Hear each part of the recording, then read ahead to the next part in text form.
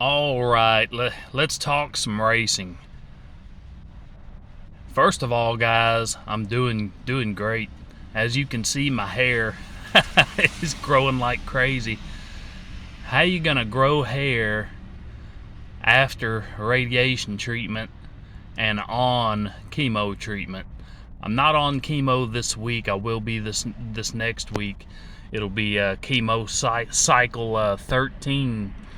So I'm coming to the finish line on that. I'm just a race fan, guys. I have been my whole life. It's fun. It's great. If somebody said, hey, gonna be some motocross action coming up this next weekend, you want to go? Heck yeah, let's go. Doesn't matter what kind of racing it is, motocross, monster trucks. I grew up on monster trucks. I mean, a lot of us did. Bigfoot was huge for me growing up. Bigfoot was huge for a lot of us, and I can remember in the I guess it was late 80s, early 90s. Bigfoot was just whipping the crap out of everybody, and I believe his name is Bob Chandler.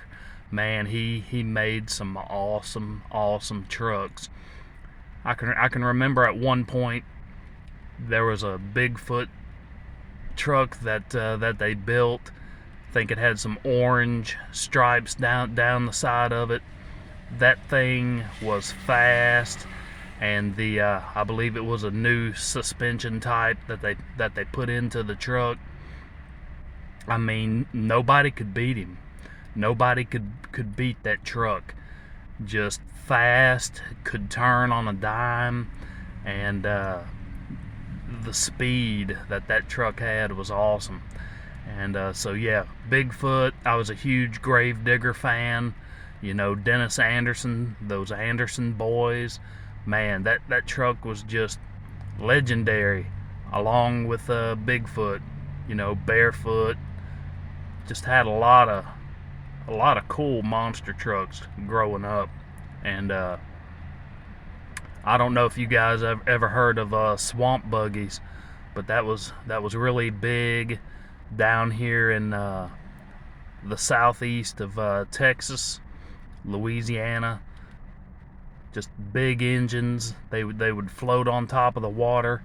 They were super fast, and they would race these things in water. I mean, they were so cool, man. And swamp buggies were big, and also arena trucks. You know, Ivan Iron Man Stewart. That guy's a legend. And if you've never watched any arena truck action, I challenge you to go look on YouTube. A lot of Toyotas. Toyotas were just dominant back in the late 80s, early 90s.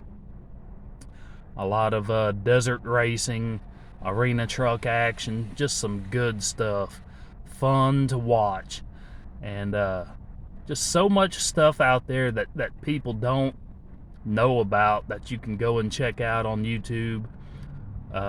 Arena truck action was really fun to watch. What else? Drag racing. We had one of the best tracks just in NHRA that just recently shut down. Houston Raceway Park was actually outside of Houston in Baytown, Texas. And I've got an uncle that lives up there, and I asked him, man, what happened? Why did the track get shut down? And he's like, man, fans just stopped supporting it because the ticket prices were so outrageous. People just stopped going. And it's a shame to see, because so many speed records and stuff, just some really high speeds. I mean, I can remember going right before anybody had ever hit 300. I remember seeing one of the first women ever hit 300.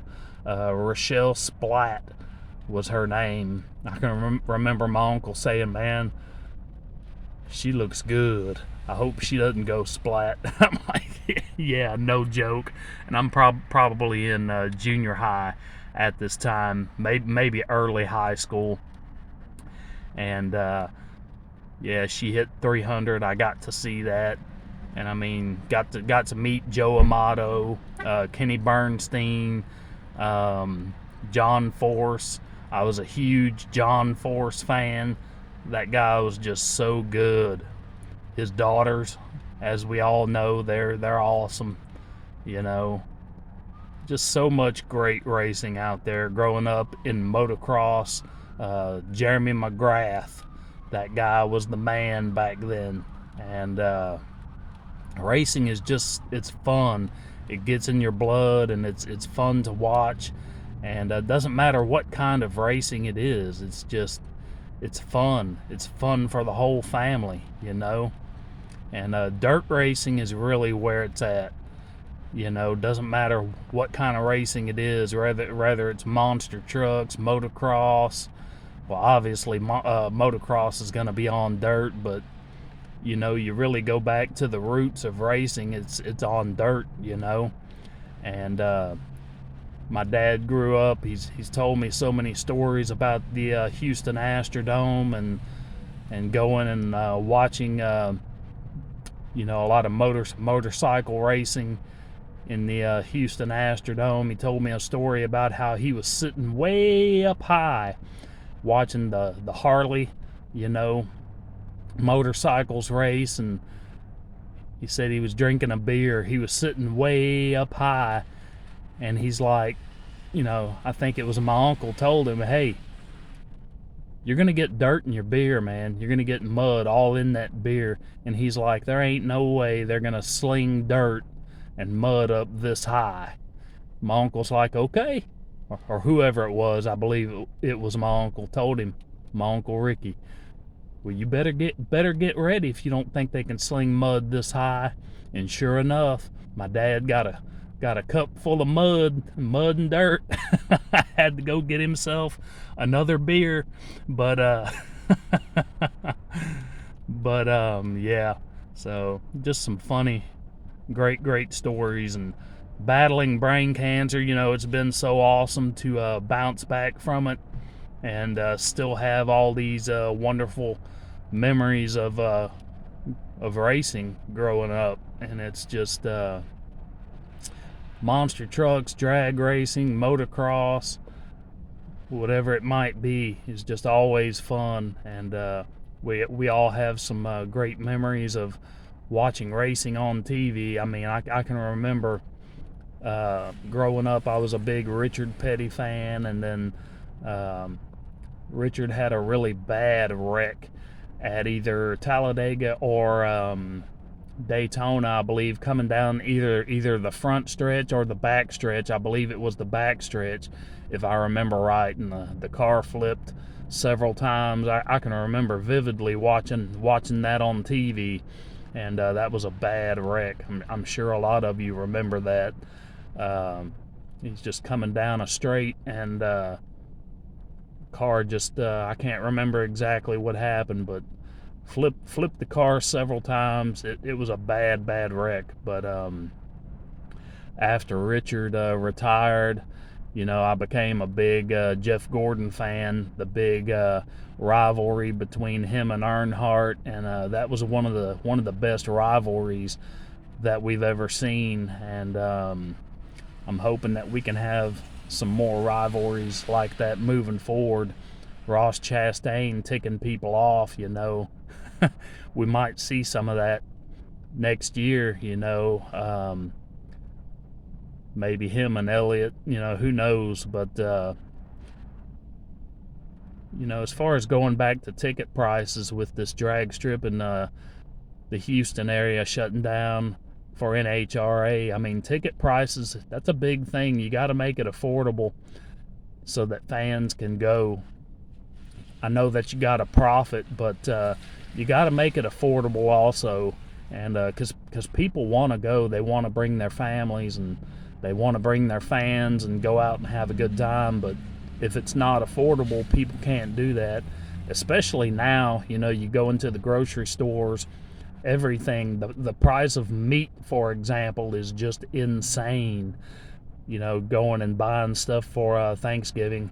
And I hope all you guys have a great Thanksgiving, and holiday season coming up. And but with the price of everything now, NASCAR especially really needs to look at that and say, hey, we gotta make these tickets affordable so that people can come out and support their drivers and support the product. And so times are just different now. They're different, and everything is high. Gas prices, you name it, which gas has come down a little bit. I noticed here in Southeast Texas, in Beaumont, Texas, where I live, it's down to about $2.64, I think, is what I saw it at yesterday at a gas station. So it has come down a little bit, but we all know that it goes up and down, And fuel is different for your winter gasoline is a different formula than your summer gasoline. It's a little bit different formula. My dad worked for Chevron. He was a pipe fitter for 49 years, and he taught me that. He's like, your formula in your winter gas, normally it's a little bit cheaper than your summer gasoline. Spring and summer fuel is it's got different additives put into it. And we have here by the Gulf of Mexico, we're right off the Gulf where I live, and anytime we get close to hurricane season, fuel always jumps up. And then if we have a hurricane, as soon as that hurricane starts churning in the Gulf, all of a sudden gas prices go up. And they do that on purpose because people got to evacuate. They jack the prices up. That's pretty sad. People have to travel, have to get out of Dodge, so they jack the prices up because they know that people are going to be traveling.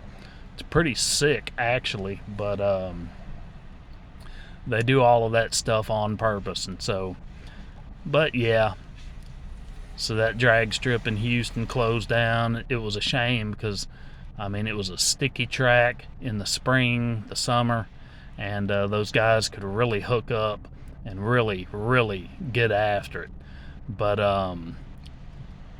so I challenge you to support your local tracks, and dirt racing is where it's at. And our local dirt track here in Beaumont, Texas, it shut down. They're looking for a new buyer, so I'm hoping that that happens soon and I can go out and see some local dirt action. And but yeah, just support your local tracks. These guys trying to move up, and it's always something fun to do if you have a local track. And just go out and support these guys. And many of you know about Kenny Hunt, the Sunburn Man. He comes on this channel, plays my Pick 5 contest often, always. And he's known to a lot of NASCAR fans, especially, he's seen on TV a lot when the NASCAR boys go out to Watkins Glen. That's where he's from, and he's been seen on TV often. And he supports my Pick 5 contest. This very YouTube channel is a sponsor of his on his number 97 hobby stock race car, and it's been fun to be a part of what he's doing, and to have the YouTube channel name on his car. And it's been a lot of fun. And he picked up a win in 2022, and it was great to see him back in victory lane and to be on the car for that. And just support your local tracks, and be a fan of racing. It's not all just about NASCAR. Racing is fun. It's something fun to do with family and friends. Take the kids too. It's just it's a fun thing. And there's always a life lesson that you can teach a kid. When you go to see racing. It doesn't matter where you start, it matters where you finish, and that's a life lesson in itself. So it's just I love racing, and you could start mid-pack and still find yourself toward the front at the end of a race. So it's a life lesson. It's not about where you start, it matters where you finish. We all face hard times in life, but we can finish strong. And me battling brain cancer, going back to my hair, I mean, how in the world am I growing hair? First of all, I'm battling brain cancer, and then I did radiation treatment, doing chemo now, which I'm almost done with, thank you Lord. And it's not supposed to happen. You're not supposed to be growing hair on cancer treatment, but I mean, this is the side that the tumor was taken out of last year. You can't even see the scar. It's there somewhere on that side, but hair is covering it up and looking like Wolverine. So, but yeah, it's just been great to bounce back as quickly as I have, battle back from having a tumor taken out last year. Then they had to go back in a second time and just make sure that all the malignant tissue was out, and they did get it all, so that was awesome. And just battling back and doing great, feeling great, and just wanted to get on here and talk a little bit of racing. So you guys take it easy and get out there and support those local tracks. You guys take it easy, and the Pick 5 contest will be back in 2023, right around the corner. And so make sure that you click that bell, the notification bell, and so that you're notified of all my future videos. That way you guys can stay up to date on everything. So the contest will be pretty much the same as it was this year. How I run the points and everything, I may make a couple of little tweaks, and I will be putting out a video talking about the 2023 Pick 5 season before the new season begins, and just kind of lay everything out for you, let you know how everything is gonna go and all of that. And gonna look for some new die casts and try to add those to the fleet of die casts that I already have, and gonna try to find some new stuff. And they're always sold out, it seems like. So I go in a lot of Walmarts, and they carry the cars, and a lot of times they'll have stuff that's been sitting there for 2 or 3 years. So they need to do a better job, a lot of the stores, of putting out the newer die casts. And it's almost like, I've heard that Walmart, they like to sell down their stock before they order more, and that's crap. You need to have some of the new product out there. If you sold some of the newer ones, you might actually sell more. I mean, I'll go in, I'll find 5 or 6 Casey Mears cars. I'm like, this dude, he ain't even racing currently. Send these back and order some more. So, but yeah, just wanted to get on here and talk to you guys. I'm doing good, feeling good. Hair is growing back. But I feel great. I'm doing good. So chemo cycle 13 will start in just a few days, Monday. And I go for an MRI on December the 2nd. Got to go to Houston. Big skyscraper building. So I go to the 16th floor of that building, have an MRI. Then I go up to the 28th floor and immediately meet with my neuro-oncologist, and he's going to go over that MRI scan and let me know how things are looking. And that could be the end of chemo right there. That could finish me up.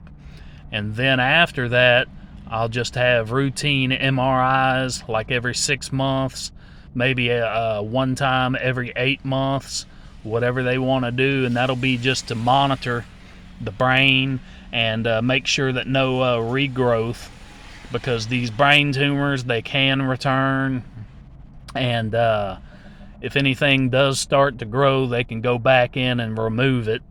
And I do have 2 titanium plates on this side of the skull. They cut out part of the skull, went in, did the work, and put 2 titanium plates over that piece of skull, which has fused back into place. But the titanium plates are just to protect, that area a little bit more. So I'm sure I could take a shot to this side of the head, but not something I want to do. But But yeah, that's where I'm at health-wise. Doing good, feeling good. You guys take it easy. Make sure you hit that bell notification.